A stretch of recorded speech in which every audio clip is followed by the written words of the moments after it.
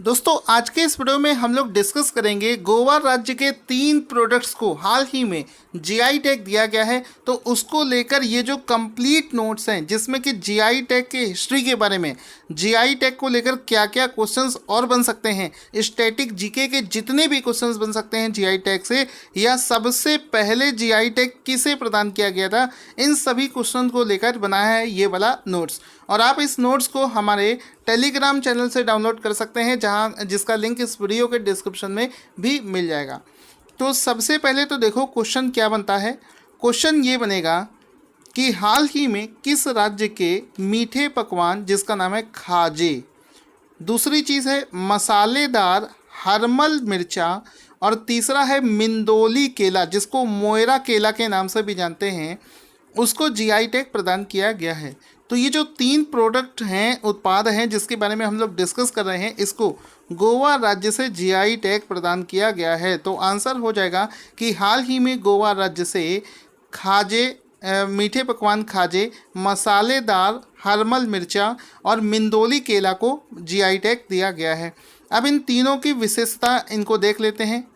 तो यहाँ पर आप देख सकते हैं कि ये रहा गोवा की हरमल चिलीज़ जिसको हरमल मिर्ची के नाम से जानते हैं।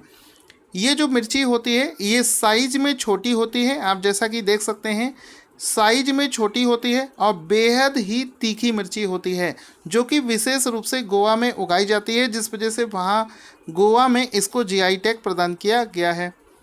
इसके बाद में ये आप देख सकते हैं ये है गोवा का मिंदोली केला जिसको मोयरा केला के नाम से भी जानते हैं। इस वाले केले का शेप इस तरीके से होता है कि नीचे से ये पहले तो बहुत पतला केला होता है, बहुत ज़्यादा गूदेदार या मोटा केला नहीं होता है, पतला होता है, और नीचे से ये नोकदार इस तरीके से शेप में आपको दिखेगा। जैसा कि हम लोग नॉर्थ इंडिया में जो केला खाते हैं वो मोटा सा और गूदेदार और बड़ा गोल सा होता है, लेकिन यहाँ पर ये जो केला है ये नुकीला सा, नोकदार, पतला सा होता है, जो कि गोवा राज्य में पाया जाता है। तो इसको भी जीआई टैग मिला है गोवा राज्य से। इसको मिंदोली केला या फिर मोयरा केला के नाम से जानते हैं।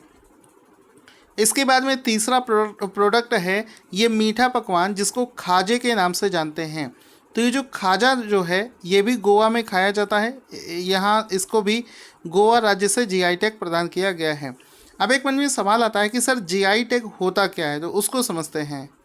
देखो जीआई टैग ऐसे उत्पादों को दिया जाता है जो कि एक विशेषता रखते हैं किसी विशेष स्थान से रिलेटेड, जैसे कि उसका रंग अलग हो सकता है, उसका डिज़ाइन अलग हो सकता है, बनाने की विधि अलग हो सकती है, उसका स्वाद अलग हो सकता है।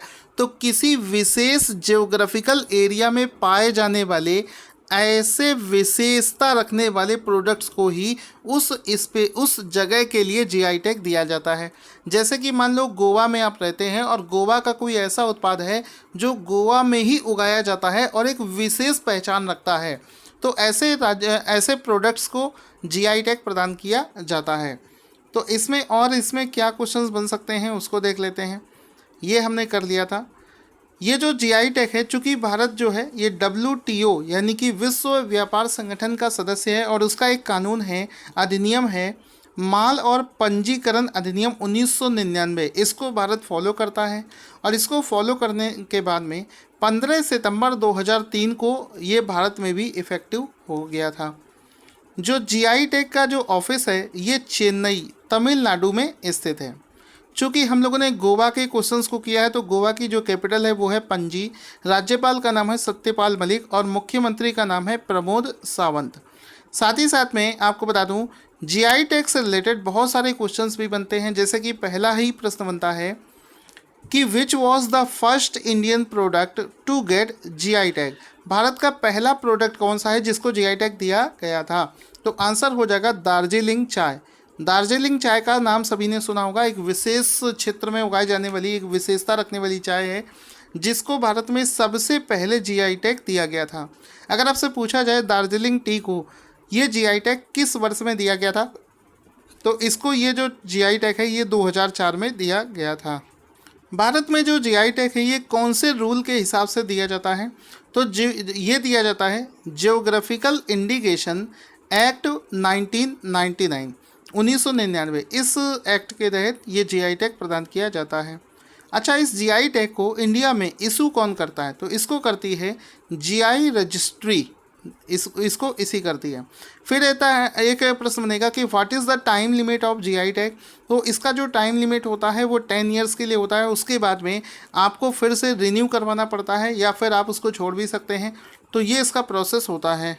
अब एक चीज़ और करिएगा, टेलीग्राम पर टारगेट स्टडी एक्यू चैनल को सर्च करें और उसको ज्वाइन करें, वहीं पर आपको ये नोट्स प्रदान कर दिया जाएगा। Thank you for watching this video. अगर आपने कुछ इस वीडियो से सीखा है तो इसको सभी दोस्तों के साथ में शेयर करें और लाइक भी करें।